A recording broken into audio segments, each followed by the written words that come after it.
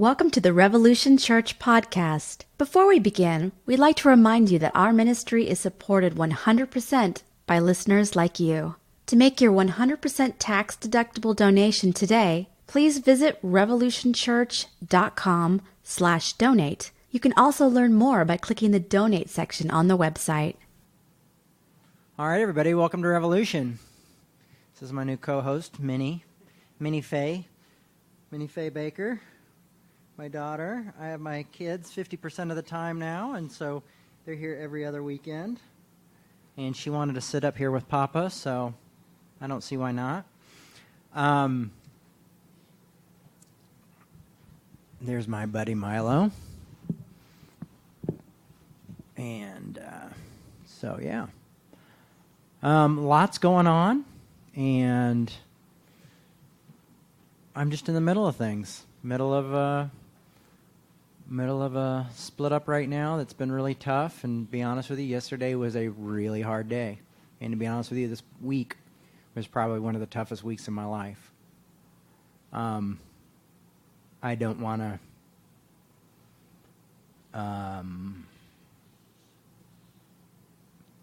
to sit up here and cry, but I could.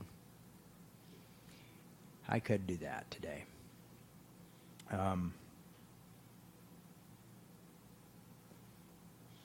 Life is very, very tough sometimes, and I am having a hard time adjusting to the changes of life. But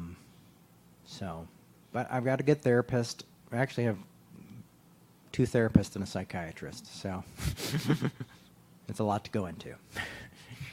They think I work at the psychiatrist's office.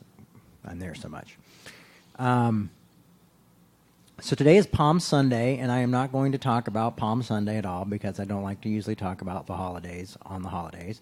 Next week we will talk a little bit about some Easter-y stuff. So it's bring a friend next week for Easter. Guilt a friend into coming to church for Easter. And don't go to your parents' church for Easter. Make your parents come here.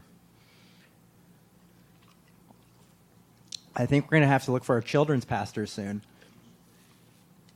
Or maybe just a professional bowler for kids. And kids can bowl while we have church. How fun it is to come to church and be like, no, you can't bowl. To tell my kids every time we come. No bowling today. What? The first time when I ever spoke with the kids at a church, I remember Milo, it was a big church, and I was speaking, and I remember Milo was really little, and he ran down to the stage, ran down in between the crowd, and came right up on the stage. It was really cute. But today I'm going to talk about one of my favorite sermons because I'm kind of calling it in today because I had a tough week. So I'm going to talk not about Galatians, though, surprisingly. I can't believe how long we spent in Galatians. That was a record. I've done a lot of Galatians sermons every year, but I think I broke a record on how long we went this past time on Galatians. So this is when Jesus met Matthew. I once saw this play that was about purgatory, and there was this great scene where Matthew, for some reason, was in purgatory. And he was talking about when he first met Jesus. And it was really, really touching. But I'll talk a little bit more about it as we go through this. Also just started reading this book by John Caputo called The Folly of God. That's really good. And I have a feeling we've got some challenging stuff coming up in talks. I think we're going to be going into some new territory. I'm going to take a selfie of me and my daughter on stage because I think it's worth it.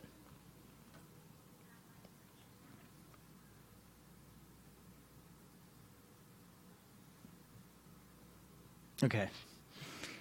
All right. Then Jesus went out to the lake shore again and taught crowds that gathered around him. As he walked along, he saw Levi, son of Alphaeus, sitting at his tax collection booth. "Come be my disciple," Jesus said to him. So Levi got up and followed him. Now this alone could be a radical talk. At the time, this would be unthinkable. Okay, you didn't make eye contact with tax collectors because they could take up to 50% of everything you had. And they could also they usually took a little bit more to keep for themselves. They were also canoodling with Rome. So Levi, Matthew, was Jewish, so he was seen as a traitor to his people. Okay, so this is Jesus is going up and picking out disciples.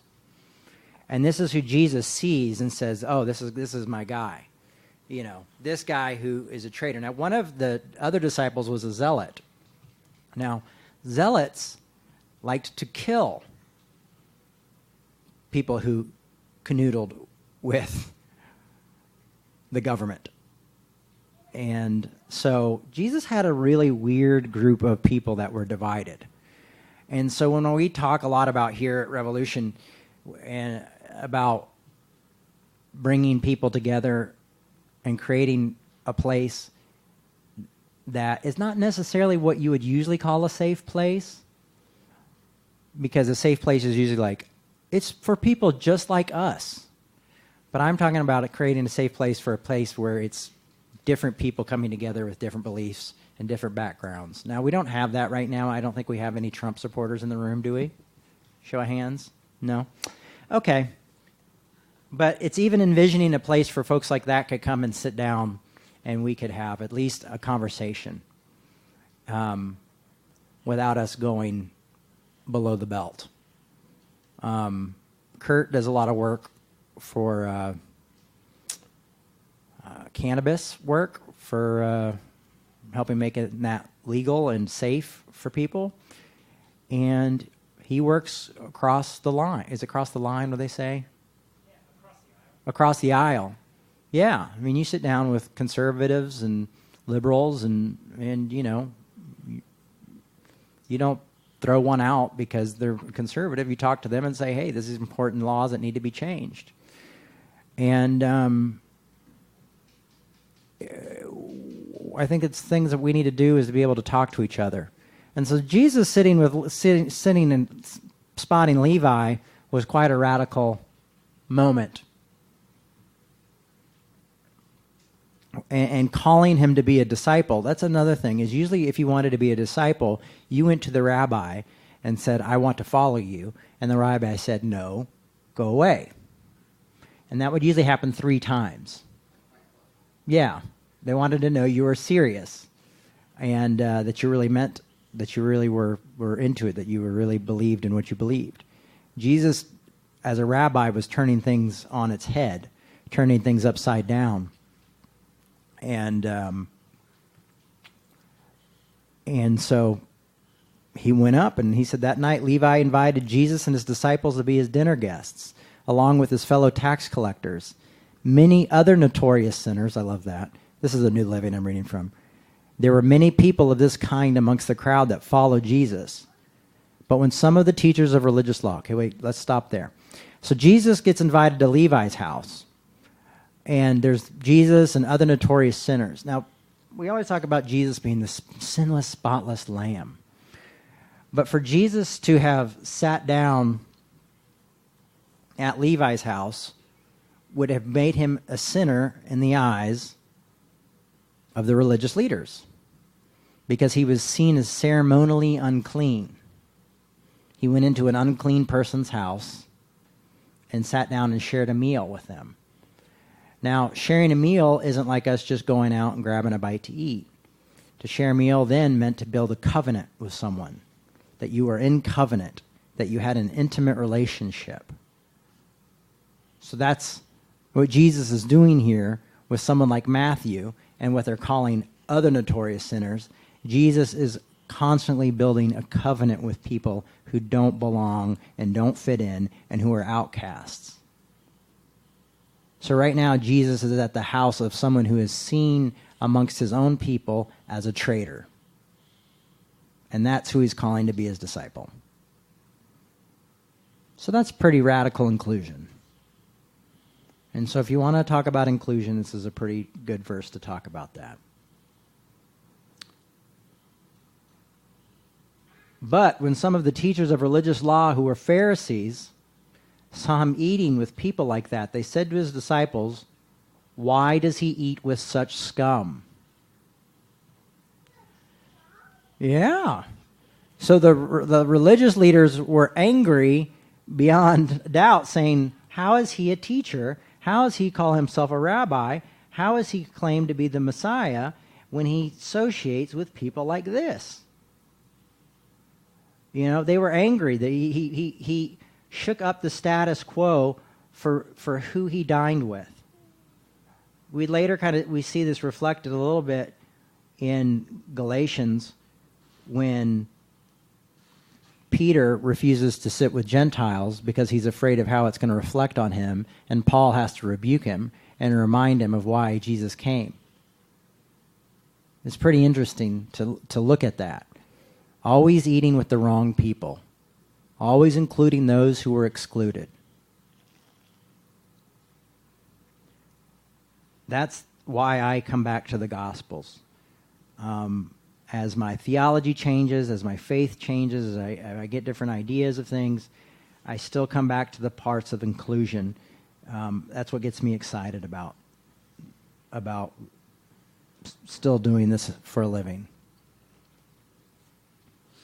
When Jesus heard this, he told them, healthy people don't need a doctor, sick people do.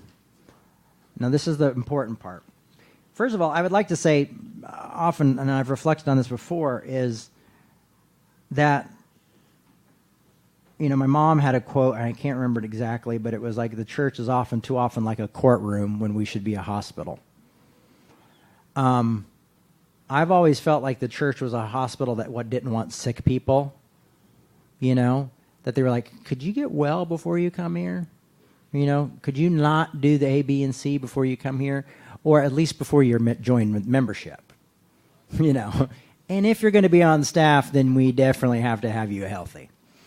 And I've had a long history of having Revolution staff members of people who question their faith. Sometimes we're active alcoholics. Sometimes we're just in different places because I just believed in people. And that's what I've been taught. That's what I was taught, honestly, by my parents growing up, but also what I believed from getting through the Bible. Some people always find that odd, but humanity is very complicated. Humans are very complicated beings. So he said, healthy people don't need doctors, people too. Then he goes, I have come to call sinners, now this is the important part, not those who think they are already good enough. Did you get that? Not those who think. He's saying, I didn't come here for you guys who think you have it together. If you think you have it together, you think there's no need for grace, there's no need for love, there's no need for mercy. Now, some people have a hard time with the Bible because they think like, oh, well, Jesus says we're all pieces of crap. But I don't think he's saying that. I think what he's saying is that we're all humans. And we all find ourselves in a human situation. And when we start to believe that we're above human, then there's something wrong with us. I had someone recently tell me that I was not very human, and I wasn't acting like a human being because I didn't do something right. And that was really hard to hear. And it was a put down, and it was to belittle me. And basically saying you're not meeting up to the standard of humanity. And that's tough. And Jesus is saying, well, I didn't come here to call those people who think that they live up to this standard. If you think you have this standard, you're not seeing the need to grace and mercy and love and faith and hope. The idea of never giving up, never losing faith, always being hopeful, enduring through every circumstance. You're not seeing these needs in each other's lives because you think you have it together. Part of the problem I think a lot of us have with Donald Trump is that he doesn't have any ounce of humility where he thinks he's wrong, or he ever comes out and says, oh, I screwed this one up. That's often what we have with people who are anti-LGBTQ and that whole anti-gay movement thing. I mean, I went on a tour with Soul Force where we went and met with different churches and asking them about being affirming. And, they just half of them didn't want to hear anything that we had to say. And they said, we're not going to change our minds. There's nothing you could say. They were stuck because they felt they had arrived at the right conclusion and there was no place to go. They didn't want to change. And you know what that is? It's called repentance. That's all repentance is changing ideas, changing thoughts, moving directions.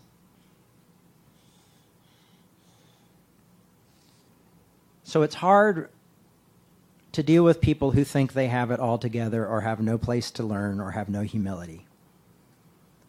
And so I think that's why we're called to be humble human beings in this life. Why we've got to make allowance for one another's faults and speak truth to those people who say, well, you know what? If you think you've got the answers figured out, then there's probably not much I can do for you right now. But, maybe when things fall apart, I'll be here for you. That's why there's so many books on when things fall apart. Because there's so many people who thought they had their life together, that they thought they had it figured out. And then things fall apart. And we're all broken people, just in different levels, in different places. Life hurts. We all suffer.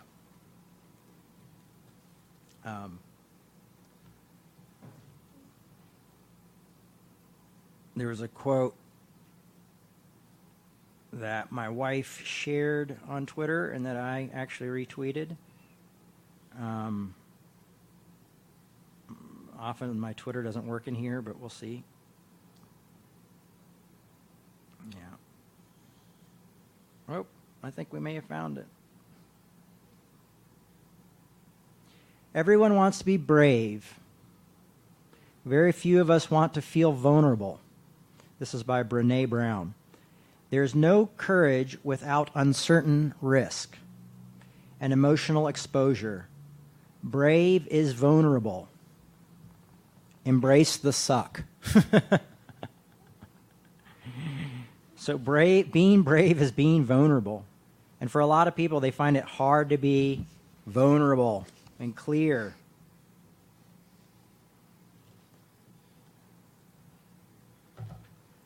So I hope we're all willing enough to be able to realize that maybe we're the notorious sinners, maybe we're the tax collectors, but you know what? That's being in the good crowd. That's the crowd that's being called to change things, not those who think they have it together, not those who think, oh, I'm saved and I'm taken care of and cured by the blood of the Lamb and I'm got it all together. But it's those who know they're human. We're all dying. We're all falling apart. In one way or the other. And we have to live in that tension. And there can be beauty in that tension, I think, and I hope. But that's what I have for you today. And, I hope you can use it. If not, feel free to leave it here in this room. Thank you so much. If you're listening online, you can support Revolution by going to revolutionchurch.com and supporting us there, or going to our Facebook page and hitting the donation button there. We are a nonprofit, and we exist off donations, and that's how we make this thing continue. And talked to Caleb today, and it looks like we found a few more platforms for the web for the service to go up on to online, which is really exciting. And the search and wait continues for our website, so that's still a work in process. We've got some issues, but right now I've got bigger issues, so I'm dealing with those before I can get this church completely back on its feet. Anyway, Thank you so much for coming. This is Revolution Church. A post-Christian production.